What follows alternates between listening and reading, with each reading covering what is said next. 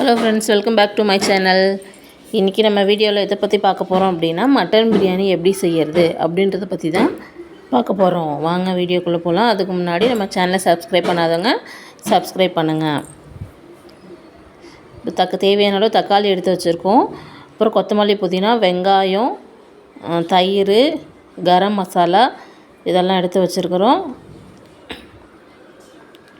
அது கூட பச்சை மிளகாயும் எடுத்து வச்சுருக்குறோம். இதெல்லாம் இப்போது நறுக்கிக்கலாம் வாங்க. இங்கே பாருங்கள், வெங்காயம் நறுக்கி வச்சுருக்குறோம் வெங்காயம். அதுக்கப்புறம் பச்சை மிளகாய் எடுத்து வச்சுருக்குறோம். பச்சை மிளகாய் ஃபுல்லாக கீறி வைக்கக்கூடாது, கொஞ்சமாக லைட்டாக கீறி வைக்கணும். ஏன்னா எண்ணெயில் போட்டால் வெடிக்கும். பச்சை மிளகாய் முழுசாக தான் போடணும். ஸோ எண்ணெயில் போட்டால் வெடிக்கும் அப்படின்றதுக்காக இந்த மாதிரி கொஞ்சமாக கீறி நம்ம எடுத்து வச்சுக்கலாம். அதுக்கப்புறம் அன்னாசிப்பூ, கிராம்பு, பட்டை, பிரியாணி இலை எல்லாத்தையுமே நம்ம எடுத்து வச்சுருக்குறோம். அதுக்கப்புறம் இஞ்சி பூண்டு நம்ம உரலில் போட்டு இடித்து வச்சுருக்கோம். மிக்சியில் போட்டு அரைக்கலை, உரலில் போட்டு இடித்து வச்சது நல்லாயிருக்கணும். உரலில் போட்டு இடித்து வச்சுருக்கோம். அதுக்கப்புறம் தக்காளி கட் பண்ணி வச்சுருக்கோம். கொத்தமல்லி, புதினா கட் பண்ணி அலசி வச்சுருக்குறோம். சின்னதாக கட் பண்ணி அலசி வச்சுருக்குறோம்.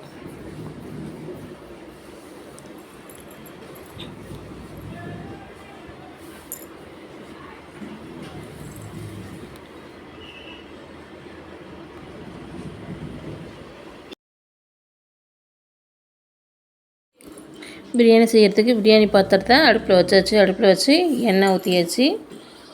தேவையான அளவு எண்ணெய் ஊற்றிக்கோங்க. எண்ணெய் ஊற்றியாச்சு. எண்ணெய் நல்லா காயட்டும்.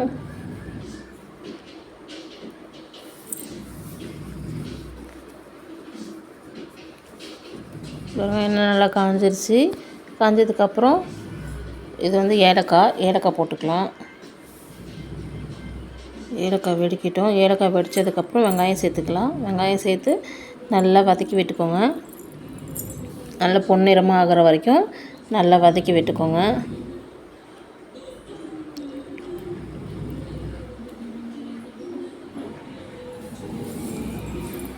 நல்லா வதங்கிடுச்சு. வதங்கினதுக்கப்புறம் பிரியாணி இலை 2 சேர்த்துக்கோங்க.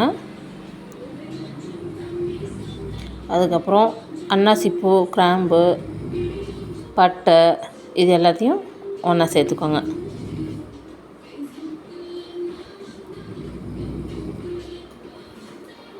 இது ஒன்றா சேர்த்து நல்லா மிக்ஸ் பண்ணிக்கோங்க.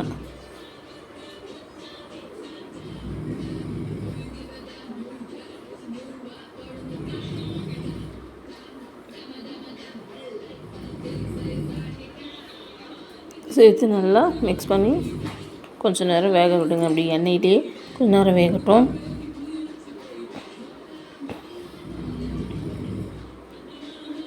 பாருங்கள், நல்லா வெங்காயம் வதங்கி வந்துருச்சு. இதுக்கப்புறம் இஞ்சி பூண்டு நம்ம உரலில் இடித்து வச்சுருக்க இஞ்சி பூண்டு சேர்த்துக்கலாம். சேர்த்து நல்லா கலரி விட்டுக்கலாம்.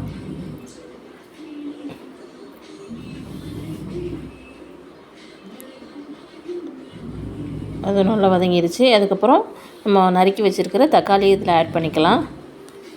தக்காளி சேர்த்துக்கிறோம்.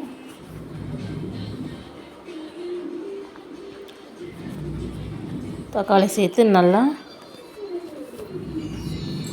கலரி விடுங்க. நல்லா வேகட்டும் தக்காளி வதங்கிறதுக்காக லைட்டாக உப்பு சேர்த்துக்கலாம்.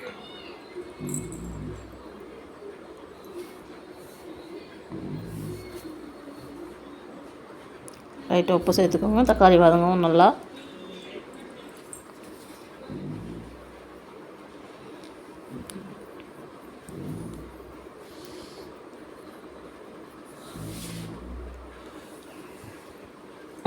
தக்காளி நல்லா வதங்கட்டும். தக்காளி வதங்கினதுக்கப்புறம் அது கூட கொஞ்சோண்டு கரம் மசாலா சேர்த்துக்கோங்க. ஒரு 2 ஸ்பூன் கரம் மசாலா சேர்த்து நல்லா மிக்ஸ் பண்ணி கிளறி விடுங்க. அதுக்கப்புறம் மிளகாத்தூள், தேவையான அளவு மிளகாத்தூள் சேர்த்துக்கோங்க.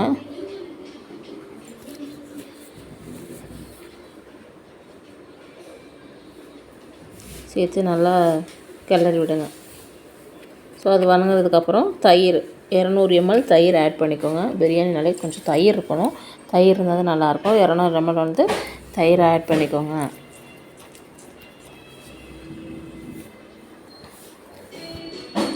தயிர் ஆட் பண்ணி நல்லா கிளறி விடுங்க.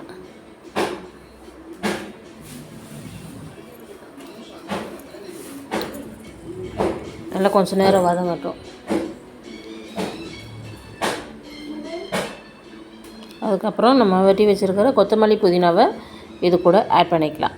ஃபுல்லாக ஆட் பண்ணல, பாதி தான் ஆட் பண்ணியிருக்கோம். மீதி பாதி வந்துட்டு அப்புறமே நம்ம ஆட் பண்ணிக்கலாம். சாப்பாடு வந்ததுக்கப்புறம் மேலே தூவி விட்டுக்கலாம். இப்போது அந்த அரைச்சி வச்சுருக்க அதாவது வெட்டி வச்சுருக்கிற பாதி கொத்தமல்லி புதினாவை ஆட் பண்ணி நல்லா வதக்கி விட்டுக்கலாம். வதக்கினதுக்கப்புறம் நம்ம வெட்டி அலசி வச்சுருக்கிற மட்டனை இதில் வந்து சேர்த்துக்கலாம். மட்டன் சேர்த்து வேக வச்சாச்சு. மட்டன் ஓரளவுக்கு வெந்துருச்சு. வெந்ததுக்கப்புறம் பாருங்கள், நல்லா வெந்திருக்குதுங்களா? நல்லா வெந்துருச்சு. வெந்ததுக்கப்புறம் இதுக்கு தேவையான தண்ணி விட்டுக்கலாம். நம்ம எவ்வளோ அரிசி எடுத்துருக்கோம் அப்படின்னா 3 கப் அரிசி எடுத்துருக்கோம். 3 கப்புக்கு தேவையான தண்ணி வந்து நம்ம விட்டுக்கலாம். 3 கப்புக்கு 3.5 செம்பு தண்ணி நம்ம விட்டுக்கலாம்.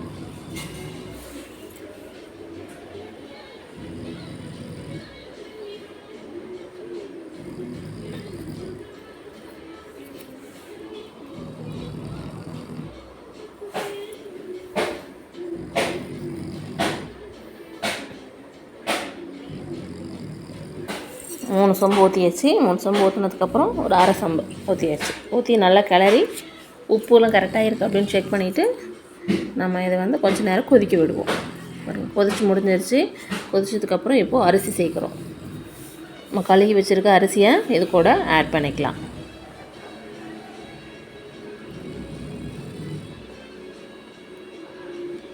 அரிசி ஆட் பண்ணி நல்லா கிளறி விட்டுக்கலாம்.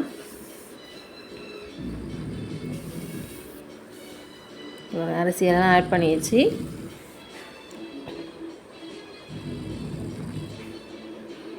ஆட் பண்ணி நல்லா கிளறி விட்டுக்கலாம்.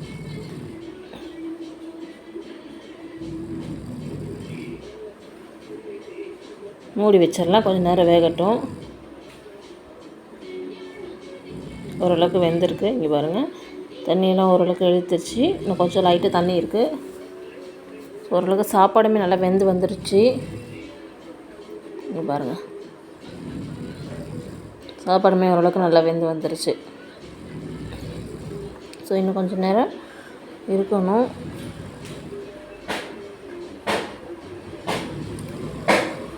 இதுக்கு மேலே நம்ம கொஞ்சமாக நெய் சேர்த்துக்கலாம். சாப்பாடு மேலே பாதி சாப்பாடு வெந்துருச்சு இல்லையா? அதுக்கப்புறம் கொஞ்சமாக நம்ம அதுக்கு மேலே நெய் ஆட் பண்ணிக்கலாம்.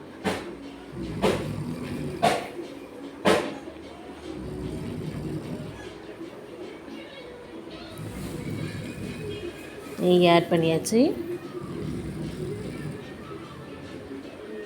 நெய் ஆட் பண்ணதுக்கப்புறம் நம்ம பேலன்ஸ் வச்சுருக்கோம் இல்லையா கொத்தமல்லி புதினா, அதை இதுக்கு மேலே அப்படியே தூவிட்டுக்கலாம்.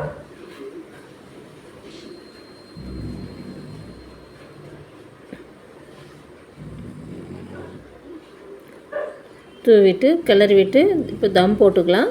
அடியில் தோசைக்கல்லை வச்சு அதுக்கு மேலே சாப்பாடு தூக்கி வச்சாச்சு. வச்சுட்டு அதுக்கு மேலே ஒரு துணி போட்டுக்கலாம். அப்போ தான் அதில் இருக்கக்கூடிய அந்த ஸ்வெட்டிங் ஆகிற அந்த தண்ணி வந்து உள்ளே இறங்காமல் இருக்கும்.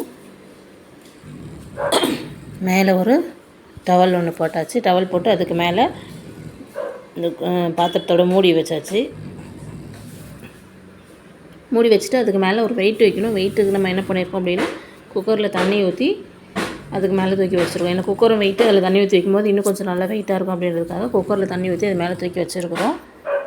இப்படி தான் தம் போடணும். தம் போட்டு முடிச்சாச்சு. இப்போ ஓப்பன் பண்ணி பார்க்கலாம் சாப்பாடு எப்படி இருக்குன்ட்டு.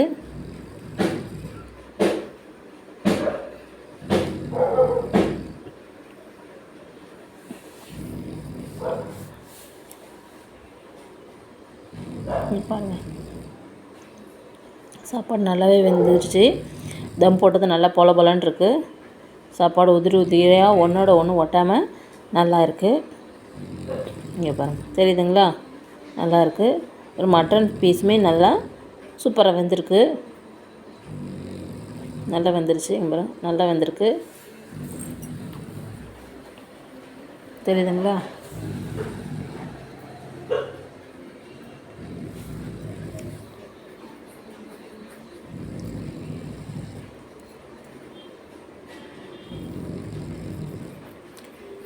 Mutton biryani ready. இங்கே பாருங்கள், நல்லா சூப்பராக வந்துருச்சு. ஆவி பறக்க மட்டன் பிரியாணி ரெடி. நீங்களும் உங்கள் வீட்டில் செஞ்சு டேஸ்ட் எப்படி இருக்குன்ட்டு கமெண்ட் பண்ணுங்கள். ஓகே ஃப்ரெண்ட்ஸ், தேங்க்ஸ் ஃபார் வாட்சிங்.